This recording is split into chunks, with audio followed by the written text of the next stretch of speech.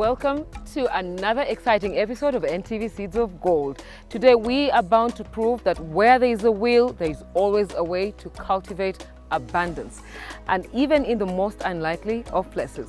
We are being hosted by Agape Christian Secondary School with a mission far beyond textbooks and exams. Here we get to meet a group of passionate young individuals who have set out to redefine the boundaries of farming. But wait, this isn't your typical farm. No vast fields or sprawling acres here. Instead, a story of innovation and determination. And the power, well, of togetherness of these children.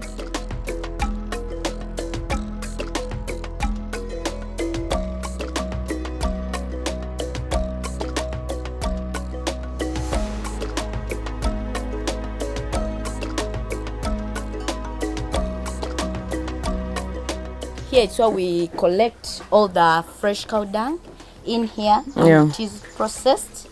After processing, the gas moves, accessing the pipes. So from there it goes in where some of our non-staff prepare their meals using. Oh, so you're using the biogas to cook? This, but with time, we hope to use it to run the whole school? Yeah. That would be amazing, right? That would be amazing.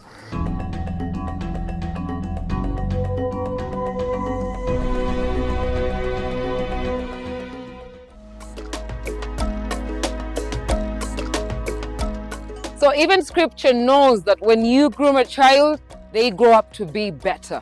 We are at Agape Christian Secondary School, and here the kids are quite phenomenal and understand that there is gold in the seed. Right next to me, we have Lamla on the show. Yeah. Thank you for joining us. And she is going to tell us a little bit of what we have here. The kids have immersed themselves in a bit of agriculture here. We have the agriculture club, yes. We have the entrepreneurship club. Yes. Yeah. So they are getting gold, and boy, are they growing that seed. So tell me, what do we have here? Yeah, everyone. I'm Lamla. This is urban farming. Yeah, we carried out farming. We decided to basically go in vegetables. Yeah. And here we have our tomatoes, we have the cabbages, the eggplants. So basically, this help in utilization of money. Yeah. When you look at our school, we don't stress ourselves with buying of the vegetables to put in the sauce.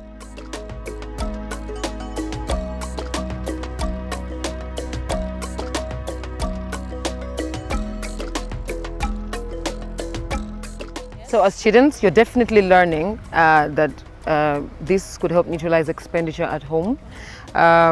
And you're learning how to do it yourself, unlike certain generations that we know that think everything comes from the supermarket. Yeah, that's why I love the new curriculum. Actually. It's teaching you this. Yes. Yeah. Skills. Of course. So you're getting skills. Yes. Now, are you learning how to make sure that you have a bountiful harvest, to make sure that the crops don't wither, to make sure that they grow well? What are some of the things that you're doing to ensure that tomorrow you have vegetables to eat at school? Okay. Thank you. The first thing you should know, or is the foundation makes everything better. Yep. So foundation, first of all, first select a site that is basically the best. Here, after selecting the site, then you start to plow. Yep. You plow, then add in the fertilizers to make the growth of the plant stable. Mm-hmm. Then after, you cover it to keep that, actually that's called mulching. Yeah. You cover it with the dry grasses, then for some good 1 week. Yep. Then after you sterilize the soil. Yep. Sterilize, it just helps in maybe the pest that may be up. Yep. The burnt. Then after you dig trenches in the soil. These trenches help in like the soil absorbs the water and keep it for a long time. Hope you get it. I get it. Then after you get your seeds. Actually, there are some steps you should follow before taking the seeds. Yeah. There is the process called the seed germinability, but I won't take you that to that step.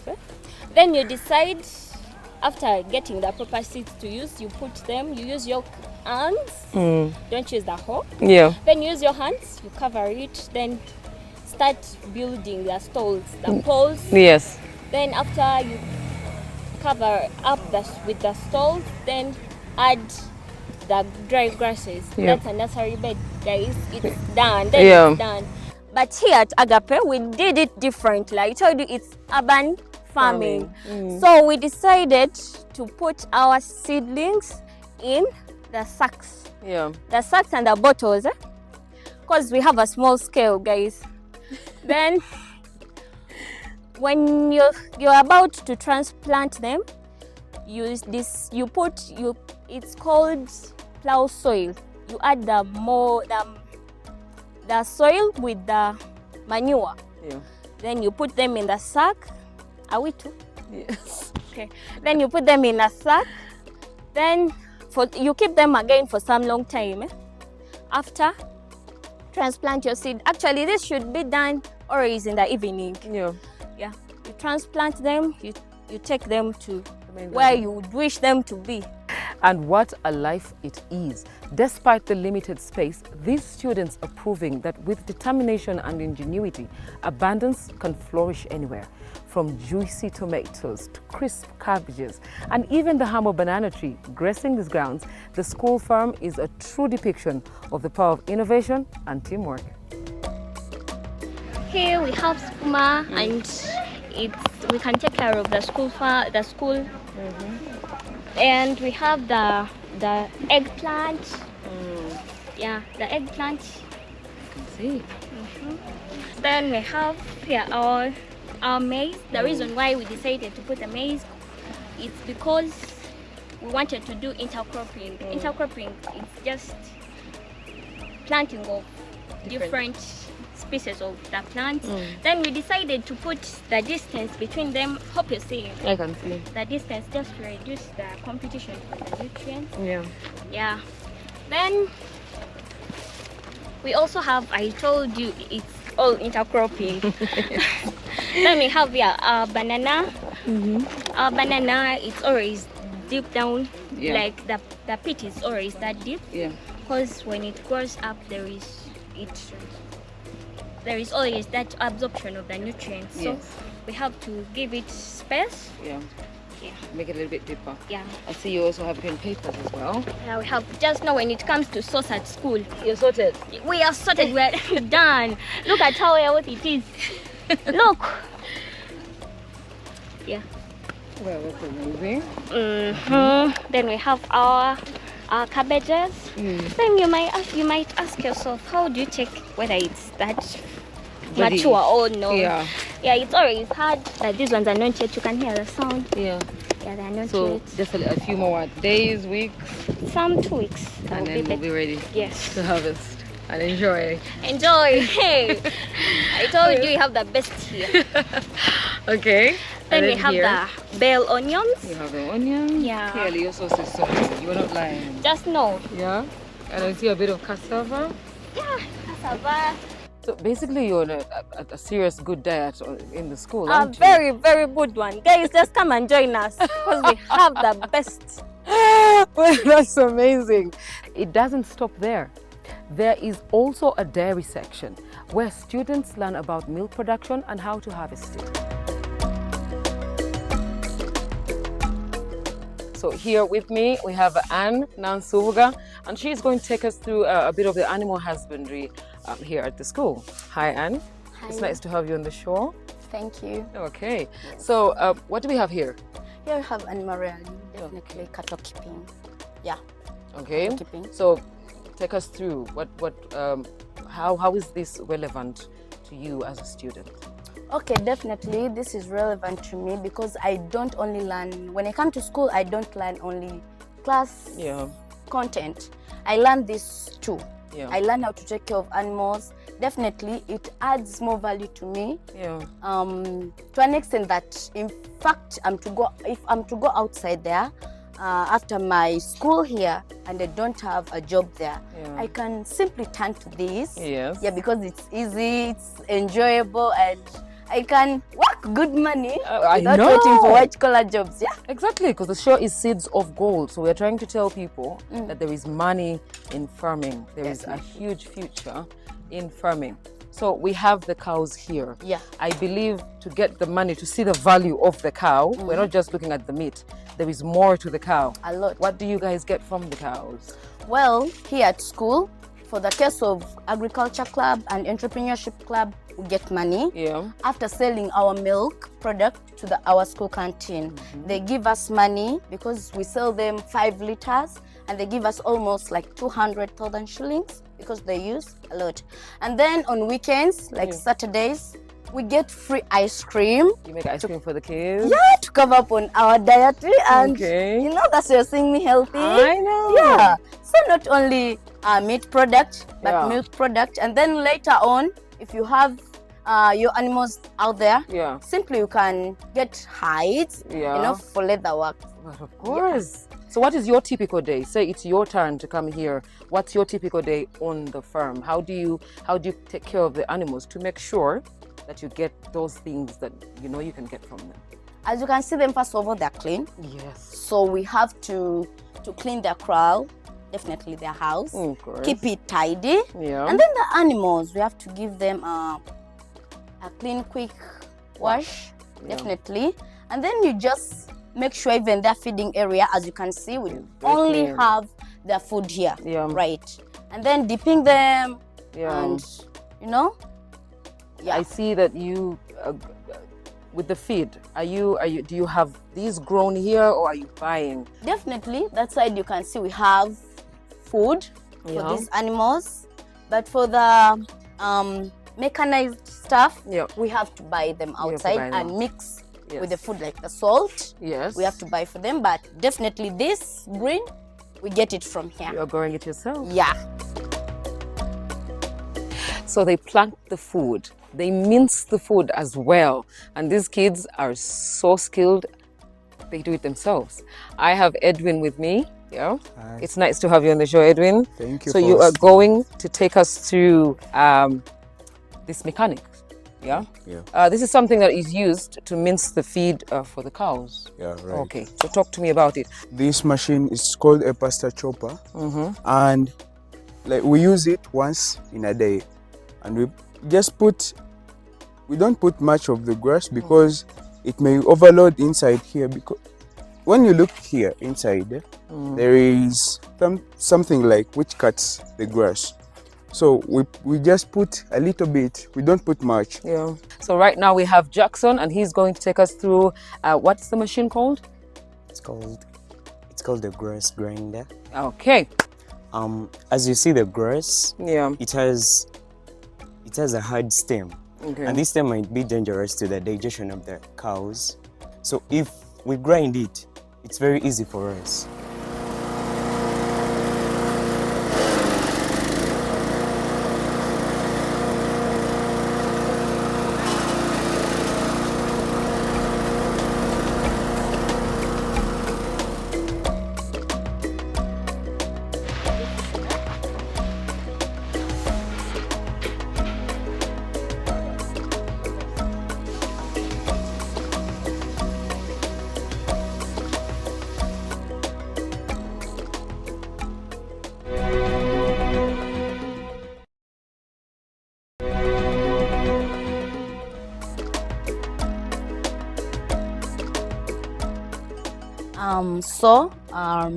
I want to take you around this place, around the kraal, and explain to you how this works. Yeah.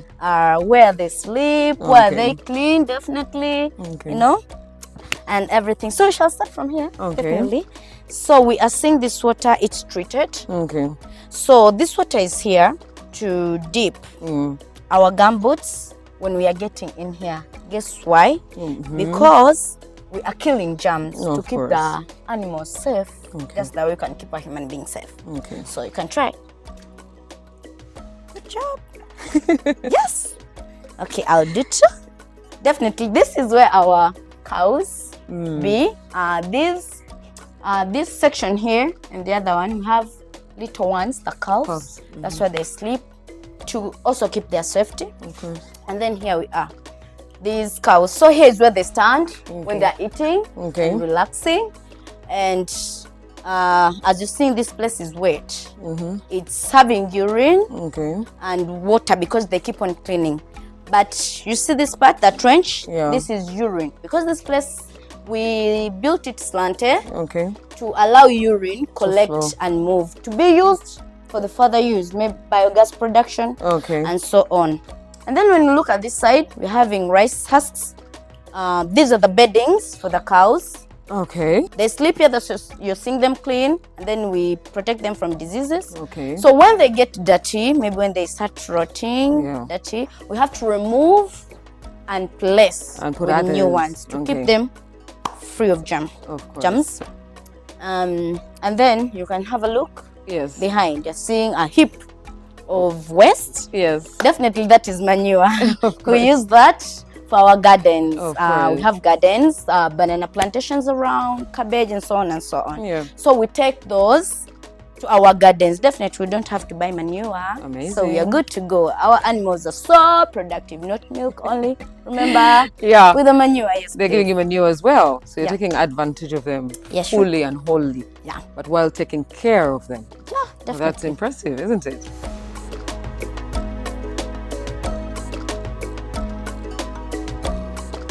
Biogas place. So definitely here it's where we collect all the fresh cow dung in here and it is processed. After processing, the gas moves. As you see the blue tunnel, tiny pipe lining the pipes. So from there it goes in where some of our non-staff prepare their meals using the biogas to cook this, but with time we hope to use it to run the whole school. That would be amazing, right? That would be amazing. Under Mr. Nsubuga's guidance, the students not only cultivate crops, but also go further as to appreciate the world of value addition, from farm fresh milk to creamy yogurt and ice cream. Their creations are as delicious as they are empowering. So remember down there, I told about the ice cream, the whole thing, together the clubs we have. So definitely here we are at our ice cream section. And remember I told you get our milk and sell it to the canteen. This is our school canteen. When we get our milk down there, we bring it here. After bringing it here, we sell it to them. And then they produce the ice cream, 5 liters of ice cream can get something like 200,000 shillings. That's good money. That's good money. So this is where we do our ice cream. The entrepreneurship club, actually, this helps them a lot. It helps them because also the rearing of animals is part of the entrepreneurship club. So money on top of money. On top of money. So this is money is making money. But without forgetting that we have free ice cream on the weekends. Saturdays. Definitely. It's enjoyable, So everybody lines up and everybody gets a corn. For your case, you're not lining up. You just have antros. I am worthy. All of you help for your case. No money today. Definitely. We're making the exception just for me. For you and the NTV people. But of course.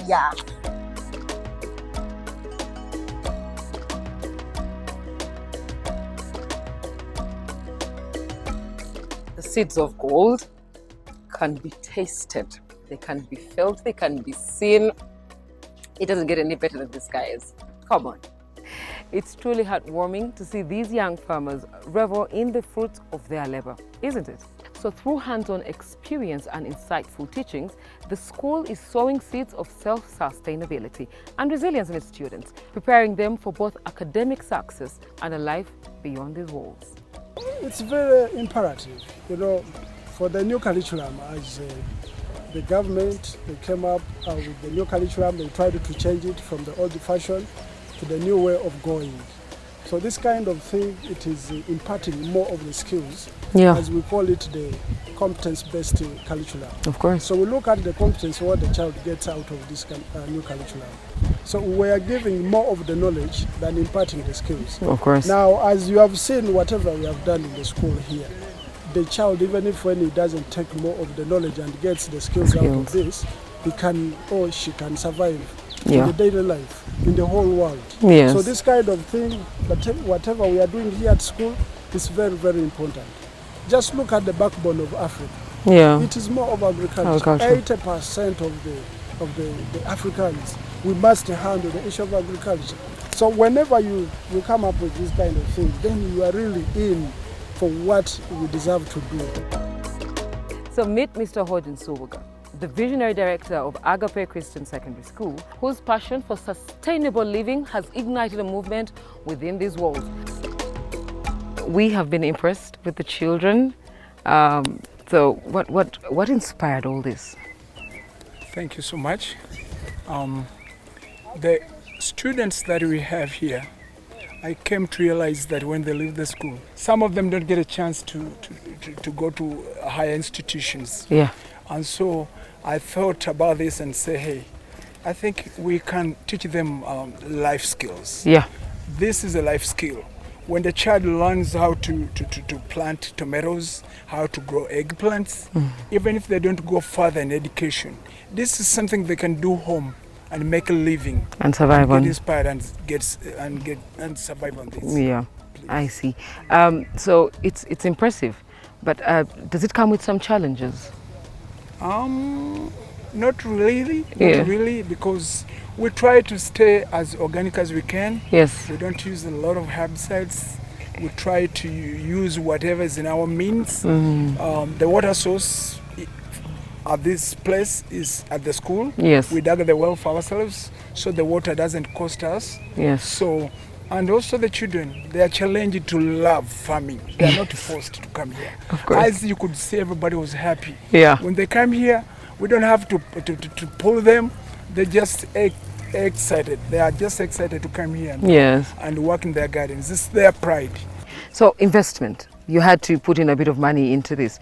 Yes. Are there some returns on investment, and is it really worth it? Yes, it is very worthy for 2 or 3 reasons. Yes. First of all, there is intangible worthiness. Yeah. The children get skills, and the second aspect of it, the entrepreneurship class, they learn about business. Yeah. Because the agricultural class sells to the school, and then the entrepreneurship class will learn how business is conducted and how profit loss is made. Yeah. And that's what all this government is all about. This new curriculum is all about. Yeah. I believe that what we're doing is really needed for this country, so that people just don't look for white-collar jobs. Yeah. They can do this and survive.